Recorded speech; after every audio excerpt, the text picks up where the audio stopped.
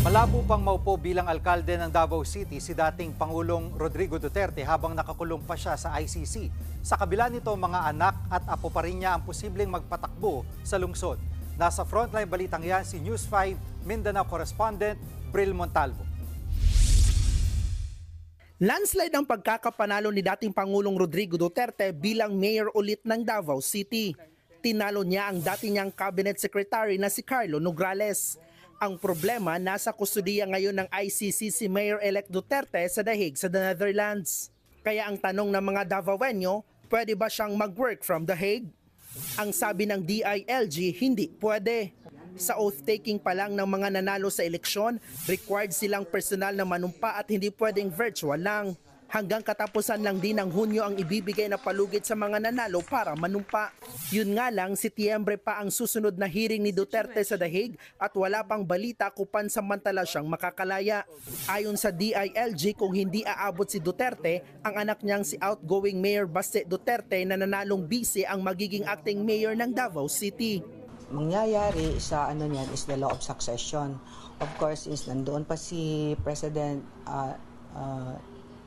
former President elected as city mayor, ang nagiging acting city mayor is the elected vice mayor. So which is Mayor Baste. Posible namang anak ni Congressman Paulo Duterte na si Councilor-elect Rodrigo Rigo Duterte II ng District 1 ang magiging acting vice mayor. Dahil siya ang may pinakamaraming boto o highest percentage vote na nakuha mula sa mga nanalong konsihal sa 3 distrito ng lungsod. Paglilinaw ng DILG, walang matatanggap na sahod ang dating Pangulo bilang alkalde hanggat hindi pa siya nakakaupo sa kanyang pwesto. Pansamantala lang din daw ang pagiging acting mayor at acting vice mayor. Sa Omnibus Election Code nakalagay doon na once na proclaim within 6 months na, tapos hindi fails to assume na yung vacant, yun siya. Pero depende kung ano ang cause of failure to assume. Considered vacant unless said failure is for a cause or causes beyond his control. Sa kaso ni Duterte, maituturing daw na causes beyond his control ang pagkakakulong niya sa ICC. Kaya posibleng ideklara lang na temporarily vacant ang pwesto niya.